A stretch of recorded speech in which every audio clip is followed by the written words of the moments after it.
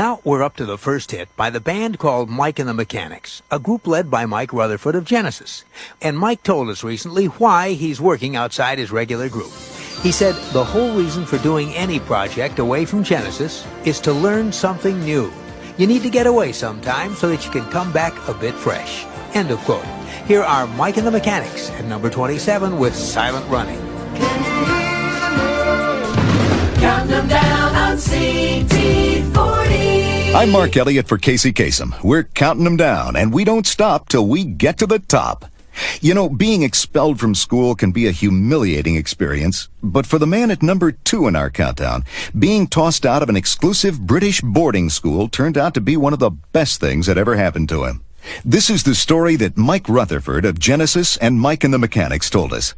He says that he didn't do anything especially outlandish to get tossed out of school. Instead, says Mike, quote, I just didn't get along with the chap who was the housemaster.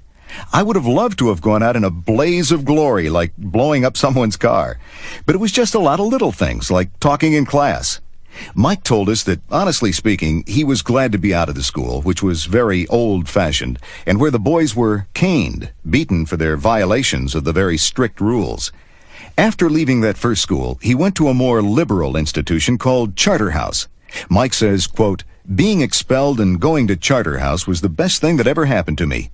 If I hadn't gone there, I don't know if I'd ever have wound up in music. It changed my life. It was at Charterhouse that he met Peter Gabriel and Tony Banks, a couple of fellow students who shared his love of music. That love of music turned into a band called Garden Wall, and Garden Wall turned into Genesis. Now here's Mike Rutherford with his other band, Mike and the Mechanics, holding steady at number 2 for the second week with The Living Years.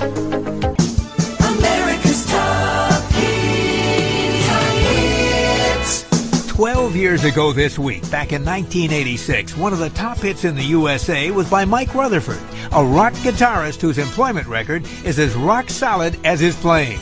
In 3 decades, he's only been in 2 professional bands. Considering how rock stars tend to move around, that's a remarkably steady record. Mike Rutherford joined his first professional band back in 1967, 31 years ago. That band was Genesis, and to this day, he's still a member of Genesis. But in 1985, as an outside project, he started a second group, the only other professional band he's belonged to. And 12 years ago this week, that second group had one of the top hits in the USA. Here's Genesis guitarist Mike Rutherford and his band Mike and the Mechanics with Silent Running. The hits from coast to coast. Step by step, hit by hit, we're making our way up the chart. Well, now we're up to an American Top 20 Extra, a smash by Mike and the Mechanics, a band that was created so its leader could record shorter songs. Mike Rutherford of Genesis says he came up with the idea of Mike and the Mechanics in the early 80s.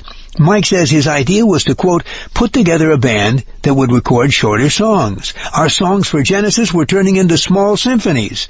I wanted to do songs that would be easy to record. It was really just a hobby, not our real work.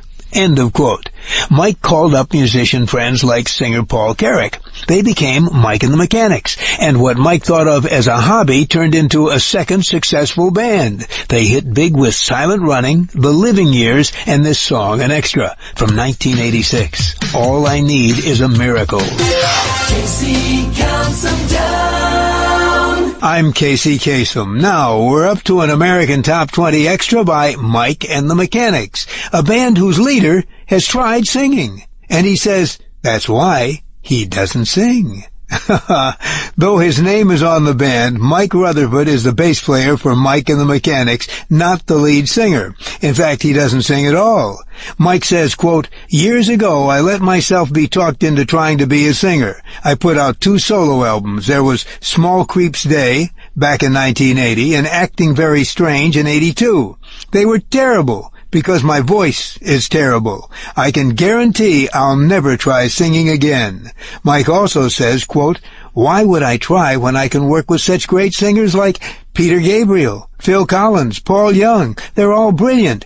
I'm perfectly happy writing songs and playing bass. I know my limits. Now, with an extra, here's Mike and the Mechanics with a hit from 1986, a song sung by the late Paul Young. All I Need Is a Miracle.